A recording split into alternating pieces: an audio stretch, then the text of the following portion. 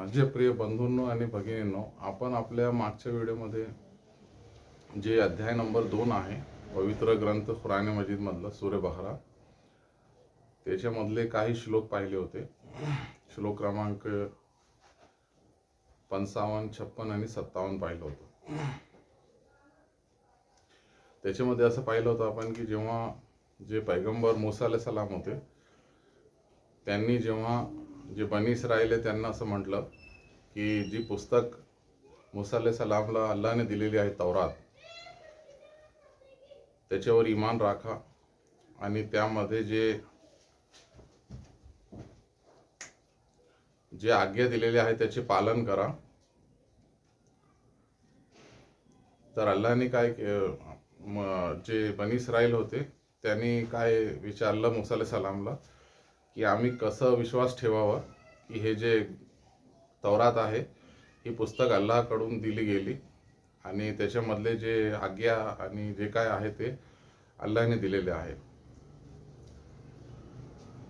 मग असं म्हटल्यावर काय झालं की अल्लाहकडून त्यांच्यावर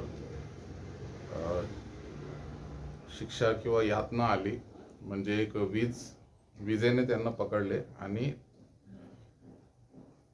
त्यांचा मृत्यू झाला.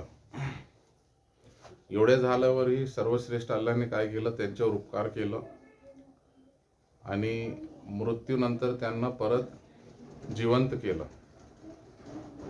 यासाठी जिवंत केलं की त्यांनी काय करावं, अल्लाहचे उपकार मानावे. आणि याच्या आधी सुद्धा आपण बघितलं की त्यांच्यावर खूप उपकार सर्वश्रेष्ठ अल्लाहने केले होते. जसं की जगातल्या सर्व लोकांमध्ये बनी इस्राईल जे होते किंवा यहुदी लोक जे होते त्यांना पूर्ण जगातल्या लोकांवर अल्लाहने श्रेष्ठता प्रदान केली होती. आणि त्याच्यानंतर मग त्यांनी एक खूप मोठा म्हणजे पाप केलं होतं की जे वासरं आहे त्याला दैवत मानून त्याची उपासना सुरू केली होती. तरीही अल्लाहने त्यांना काय केलं, त्यांच्या क्षमा याचनेनंतर माफ केले.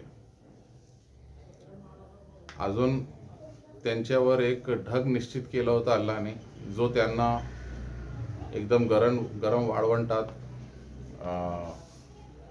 जे ऊन आहे त्याच्यापासून वाचवत होता आणि त्यांना सावली देत होता. आणि अजून त्यांना खाण्यासाठी खूप म्हणजे पवित्र असे जेवण त्यांना दिले होते, जे मन्न सलवा म्हणून. आणि आता सुद्धा जेव्हा त्यांची मृत्यू झाली विजेने पकडल्यामुळे, तर त्याच्यानंतर परत त्यांना जीवन देण्यात आलं, तरीही त्यांनी उपकार मानलं नाही अल्लाहचं.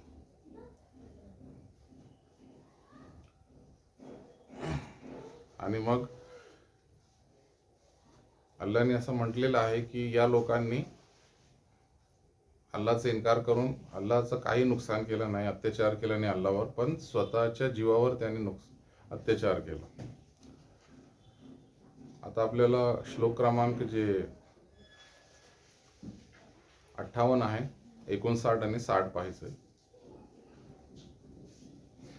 आता याच्यामध्ये असं दिलेलं आहे की जे आपण मागच्या व्हिडिओमध्ये पाहिलं होतं की जे वाळवंट होतं एक सीना म्हणून, तिथे त्यांना एक शिक्षा म्हणून त्यांना कैद करण्यात आलं होतं अल्लाहकडून. म्हणजे 40 वर्षासाठी ते तिथे भटकत होते. आणि त्यांनी आता असं म्हटलं अल्लाहला की आता आम्ही एकाच प्रकारचे जेवण जे आहे त्याच्यापासून आम्ही म्हणजे कंटाळून गेलो आणि आता आम्हाला काय पाहिजे, भाजीपाला आणि दुसरे काही वस्तू खायला पाहिजे, असं त्यांनी म्हटलं. मग अल्लाहने त्यांचं हे जे मागणी होती ते पण पूर्ण केली आणि त्यांना भाजीपाला सुद्धा खायला दिला. हे पुढच्या व्हिडिओमध्ये श्लोक क्रमांक 61 मध्ये येणार आहे.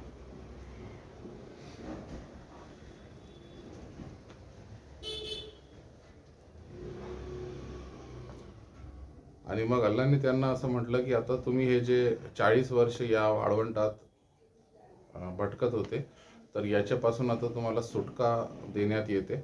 आणि तुम्ही काय करा, आता त्या वाळवंटाच्या समोर एक शहर आहे, त्याच्यामध्ये दाखल व्हायचं वा. पण जेव्हा तुम्ही त्या शहराच्या दरवाज्यातून दाखल होणार, तर दाखल होत असताना तुम्ही नमन करत जसं नमन करताना जशी अवस्था असते त्या अवस्थेत दाखल व्हा. आणि काय करा की एक शब्द आहे हित्ततून म्हणून, म्हणजे हे अल्लाह आमचे जे पाप आहे ते माफ कर असं म्हणत त्या शहरात दाखल व्हा असं म्हटलं होतं त्यांना. आणि त्या शहरात जे काय तुमच्यासाठी हलाल आहे ते खा असं त्यांना म्हटलं होतं. हे अजून एक उपकार होतो त्यांच्यावर.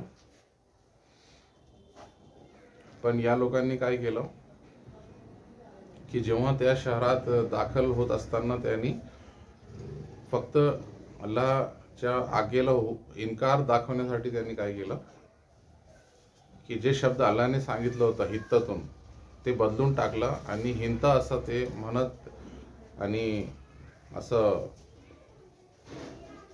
म्हणजे एका घमंडाने आणि गर्व दाखवत आणि घमंड दाखवत ते त्या शहरात दाखल झाले.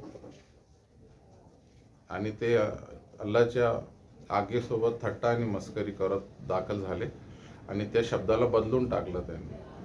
नाहीतर अल्लाहने त्यांना म्हटलं होतं की जर तुम्ही असं म्हणत दाखल झाले तर मी तुमचे जे पाप आहे ते माफ करून टाकणार.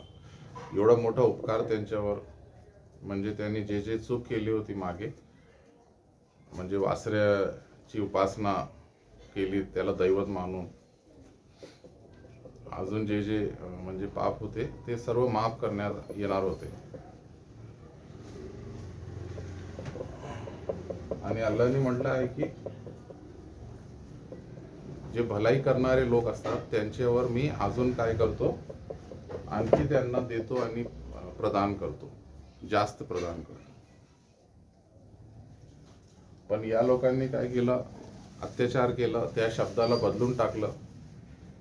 आणि त्याच्यामुळे मग अल्लाहने काय केलं, त्यांच्यावर आकाशातून जे शिक्षा आहे, यातना आहे, अजाब आहे ते अवतरित केलं. म्हणजे रोग जे आहे त्याच्याद्वारे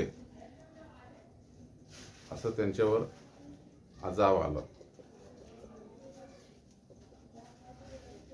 आणि त्याचं मुख्य कारण हे सांगितलं अल्लाहने की ते या लोकांनी काय केलं, जी अल्लाहची आज्ञा होती त्याचं आज्ञा भंग केली, किंवा अल्लाहच्या जे काय आज्ञा होते त्याचं उल्लंघन केलं आणि पालन केलं नाही. त्याच्यानंतर मग जेव्हा या लोकांनी त्या वाळवंटात त्यांना तहान लागली, तर मूसा अलैहिस्सलामला पाणी बद्दल विचारलं. तर अजून एक उपकार अल्लाहने त्यांच्यावर केला की मूसा अलैहिस्सलामला म्हटलं की तुमची जी काठी आहे तर ती काय करा, दगडावर मारा. आणि त्याच्यामुळे मग ती काठी दगडावर मूसा अलैहिस्सलामनी मारली आणि त्याच्यामुळे काय झालं, तिथे एक चमत्कार झाला. आणि त्या दगडाहून 12 जे स्त्रोत आहे किंवा झरे आहे ते फुटून वाहू लागले. कारण जे याकूब अलैहिस्सलाम होते त्यांचं दुसरं नाव इस्राईल होतं आणि त्यांच्या पुत्रांना बनी इस्राईल असं म्हटलं जातं. आणि याकूब अलैहिस्सलामला 12 पुत्र होते आणि प्रत्येक पुत्र जे आहे त्यांच्या म्हणजे नसलतून एक वेगळं म्हणजे एक असं हे तयार झालं, म्हणजे समूह तयार झाला. आणि त्यामुळे अल्लाहने 12 जे समूह आहे त्यांच्यासाठी 12 स्त्रोत किंवा झरे त्यांना उपकार म्हणून दिले, जेणेकरून पुढे त्यांच्यामध्ये पाण्याहून कोणतंही भांडण होणार नाही. एवढा मोठा उपकार केला त्यांच्यावर. आणि मग शेवटी त्यांना असं सांगितलं गेलं की तुम्ही काय करा, खा आणि प्या, जे काय अल्लाने तुम्हाला दिलेलं आहे, पण जमिनीवर म्हणजे उत्पात किंवा फसाद करत फिरू नका, असं त्यांना शेवटी श्लोक क्रमांक 60 मध्ये असं म्हटलं गेलं.